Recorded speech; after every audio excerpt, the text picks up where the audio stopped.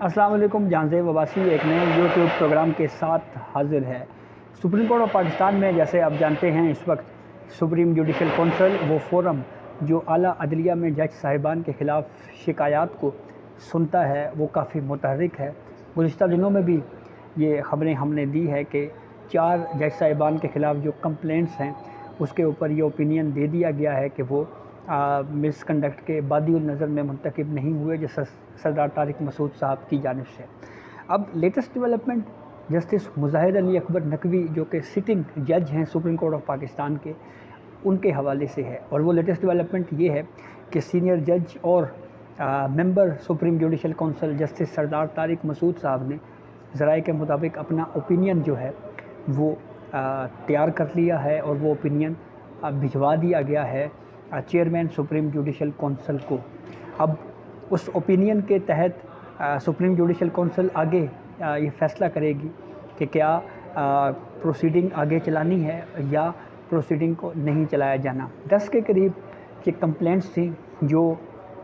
Supreme judicial council میں justice مظاہر علی اکبر نقوی صاحب کے خلاف آئی تھیں،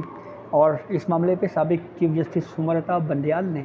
ان کمپلینٹس کے اوپر اوپینین دینے کے لیے، رائے دینے کے لیے یہ معاملہ سپرد کیا تھا جسٹس سردار طارق مسعود صاحب کے پاس۔ جسٹس سردار طارق مسعود نے 10 کے قریب ان کمپلینٹس کو ان کو جانچا، اور پھر اس کے بعد اب اوپینین دے دیا ہے۔ اب وہ اوپینین کیا دیا گیا ہے، اس کے اوپر سپریم جوڈیشل کونسل کیا کارروائی کرنے جا رہی ہے، یہ بہت اہم معاملہ ہے۔ کیا جسٹس مظاہر علی اکبر نقوی کے خلاف سپریم جوڈیشل کونسل میں باضابطہ طور کے اوپر پروسیڈنگ کا آغاز ہونے جا رہا ہے، یا ان الزامات کو جو اس شکایات کی صورت میں لگائی گئی ہیں ان کو ختم کر دیا جائے گا؟ اس کے اوپر اس وقت کوئی کمنٹ کرنا، رائے دینا تو قبل از وقت ہے، لیکن یہ بہت اہم معاملہ ہے۔ اس کے اوپر ماضی میں بھی ہم نے دیکھا جوڈیشری کے اوپر کافی زیادہ یہ سوالات اٹھائے جا رہے تھے کہ ایک جج کے خلاف کمپلینٹس ہیں، بالخصوص وکلاء برادری کی جانب سے بھی یہ بات کی جا رہی تھی کہ اس معاملے کے اوپر جوڈیشری کو جو ہے وہ کم از کم ان کمپلینٹس کا جائزہ لے کر کوئی اوپینین دینا چاہیے، تاکہ جو عدلیہ کے اوپر سوالات اٹھ رہے ہیں وہ نہ اٹھائے جا سکیں۔ اب ویو دے دیا گیا ہے، اب next further proceeding judicial council کیا کرتی ہے یہ بہت اہم ہوگا۔ اس سے پہلے بھی سابق chief justice Umar Ata Bandial, Saqib Nisar, justice اعجاز الحسن، جسٹس عائشہ ملک صاحبہ کے خلاف بھی کچھ پرائیویٹ شہریوں نے کچھ کمپلینٹس سپریم جوڈیشل کونسل میں دی تھیں، ان کو پرکھا گیا۔ ذرائع کے مطابق وہ تمام کمپلینٹس جو ہیں وہ جوڈیشل آرڈرز کی بنیاد کے اوپر تھیں، تو اس پہ جیسے سردار طارق مسعود صاحب نے یہ اوپینین دیا ہے کہ بظاہر یہ معاملہ مس کنڈکٹ کے زمرے میں نہیں آتا۔ اب ایسی صورتحال میں اب جو جسٹس مظاہر علی اکبر نقوی صاحب کے خلاف جو ویو دیا گیا ہے وہ بہت اہم اس وجہ سے بھی ہوگا کیونکہ ان پہ الزامات مبینہ طور کے اوپر کرپشن کے ہیں، مس کنڈکٹ کی خلاف ورزی کے ہیں۔ اس کو سپریم جوڈیشل کونسل کس طرح دیکھتی ہے، یہ کافی اہم معاملہ ہے۔ دوسرا پریکٹس اینڈ پروسیجر کے حوالے سے ایک ڈیولپمنٹ ہے، اس پہ 2 جو فریقین ہیں ان کی جانب سے تحریری جوابات سپریم کورٹ میں جمع کروا دیے گئے ہیں۔ خواجہ طارق رحیم ایڈوکیٹ کی جانب سے سپریم کورٹ میں ایک تحریری جواب جمع کروایا گیا ہے جس میں پریکٹس اینڈ پروسیجر کو کالعدم قرار دینے کی استدعا کی ہے۔ وہ اس لاء کو چیلنج کرنے والے درخواست گزاران میں سے ایک ہیں۔ ان کا یہ موقف ہے سپریم کورٹ میں کہ پارلیمنٹ کے ذریعے اس قانون کے ذریعے چیف جسٹس آف پاکستان کے اختیارات کو ریگولیٹ نہیں کیا جا سکتا، بلکہ اگر چیف جسٹس آف پاکستان کے اختیارات کو ریگولیٹ کرنے ہیں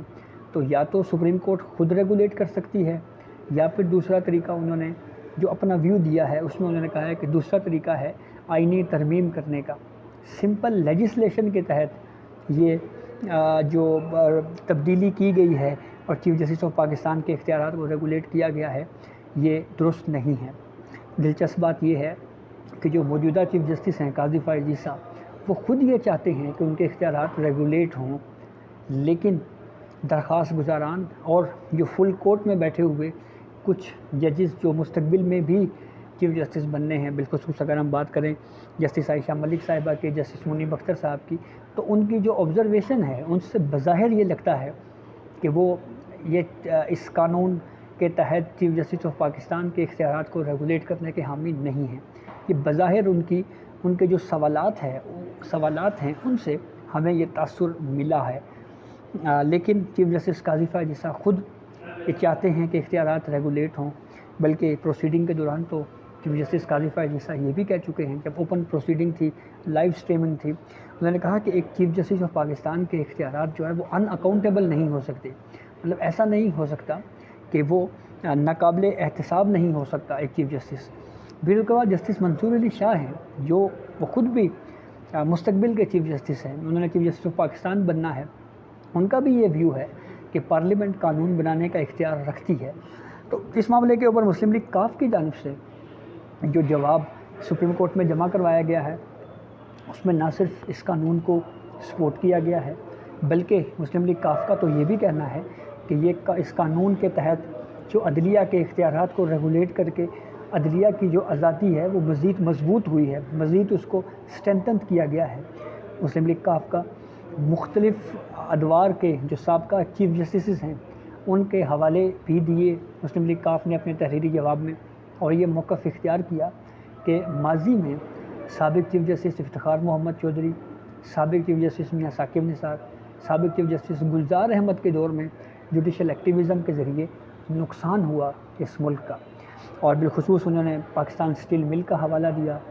پھر اس کے بعد نسلہ ٹاور کا حوالہ دیا، پھر کڈنی اینڈ لیور ٹرانسپلانٹ کا جو ہاسپٹل تھا اس حوالے سے جو سوموٹو ثاقب نثار صاحب نے لیا اس کا حوالہ دیتے ہوئے یہ کہا گیا کہ آرٹیکل 184(3) کو ریگولیٹ کیا جانا جو ہے یہ ایک اچھی قانون سازی ہے، یہ بہتر قانون سازی ہے۔ تو اب 3 اکتوبر کو اس کیس کے اوپر سماعت ہوگی، 2 رکنی کمیٹی بھی چیف جسٹس آف پاکستان نے تشکیل دے رکھی ہے، اور اس کمیٹی کا نے دیکھنا ہے کہ لائیو سٹریمنگ کے حوالے سے ایشوز۔ تو اب 3 اکتوبر کی سماعت لائیو سٹریمنگ ہوگی نہیں ہوگی، کہا تو یہی جا رہا ہے کہ یہ پروسیڈنگ بھی لائیو براہ راست نشریات اس کی دکھائی جائیں گی۔ چیف جسٹس قاضی فائز عیسیٰ کی سربراہی میں فل کورٹ 15 ججز پر مشتمل بینچ جو ہے وہ اس اہم کیس کو سن رہا ہے، اور اب اس کیس کے حوالے سے لیٹسٹ ڈیولپمنٹ جو ہے وہ دیکھنا یہ ہے کہ کیا سامنے آتی ہے، کیا سپریم کورٹ آف پاکستان جو ہے وہ 3 اکتوبر کو اس کیس کی سماعت کنکلوڈ کر پائے گی، سماعت مکمل ہو پائے گی، اور کوئی شارٹ آرڈر آ سکتا ہے یا نہیں۔ یہ بہرحال کافی اہم معاملہ ہے، لیکن ایک چیز جو 15 رکنی فل کورٹ اس کیس کو سن رہا ہے اس میں ایک چیز تو ہمیں یہ نظر آ رہی ہے کہ شاید اس فیصلے میں جو ہے وہ ڈویژن ہو، متفقہ فیصلہ نہیں ہوگا، اختلافی آوازیں بھی ہمیں دیکھنے کو ملیں گی۔ تو یہ اب تک کی اپڈیٹ تھی جسے ہم نے آپ کو آگاہ کیا، بہت شکریہ۔